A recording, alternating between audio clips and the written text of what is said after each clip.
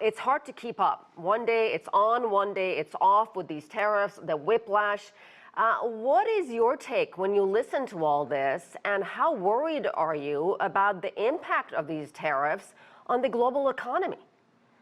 I think there's a lot of reason to be worried, Asieh.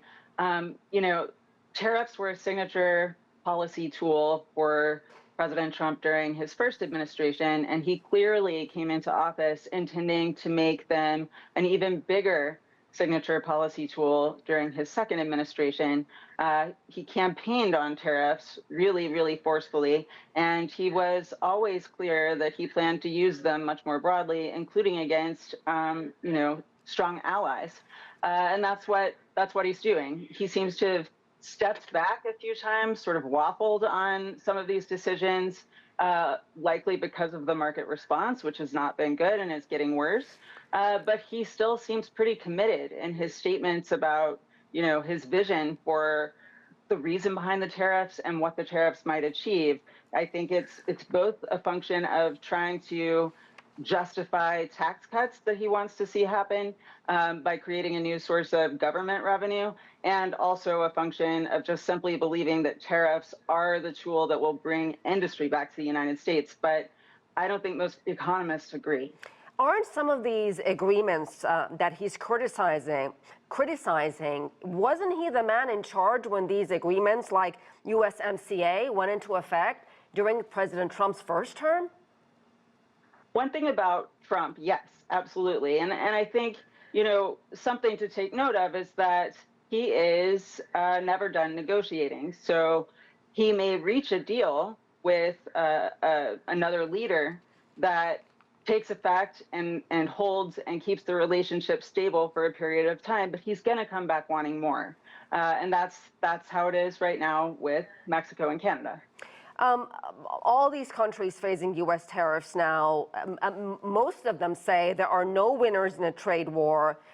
Anna, what is a better strategy to handle these kinds of differences as opposed to slapping tariffs right and left on various countries?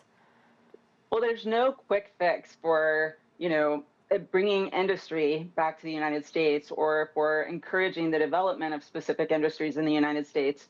And I think that you don't have to look at too many countries to realize that the ones that are the most successful at developing specific industries, target industries, are the ones that have long-term plans and then follow through with those long-term plans over more than one administration. Right now, the United States is trying to figure out how to catch up with China on things like new energy vehicles, but China has had policies in place for, really since the beginning of this century that have contributed to its ability to corner that market.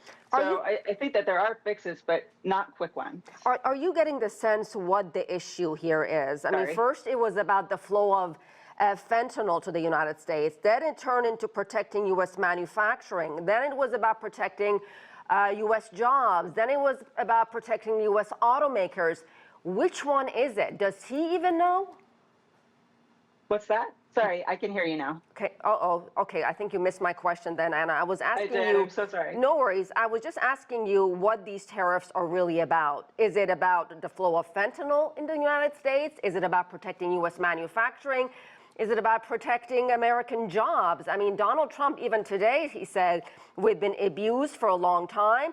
He slammed the EU, saying the European Union has been taking advantage of the United States. This is his argument. So, I think the long-term consistent theme has been bringing industry back to the United States, bringing certain kinds of jobs back to the United States, and protecting the ones that are here. But fentanyl is playing a significant role since President Trump was sworn into office in January. That's the justification that he has cited for the tariffs on Mexico, Canada, and China. The problem is that, China's been cooperating with the United States on fentanyl since President Xi and President Biden spoke in the fall of 2023. And, from China's perspective, there's been a lot of progress made, just pointing to the statistics that show that, U.S. death rate from fentanyl overdoses is down significantly, but China doesn't feel like the United States has given it any credit for the cooperation that it has already provided. So it's an interesting thing to be pushing China on. And Anna, finally, the role of the World Trade Organization in all of this, and where do you see all of this going? Do you see any room for compromise moving forward? Well, I fully expect that we will see countries file complaints with the World Trade Organization and seek dispute settlement. The problem, of course, is that dispute settlement is not particularly effective anymore because there's no appellate body for appealing the decision of the first set of judges.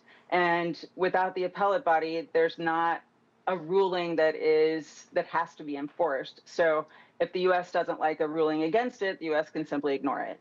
Wow. Very important conversation. Anna Ashton, thank you very much. Thank you, Asieh.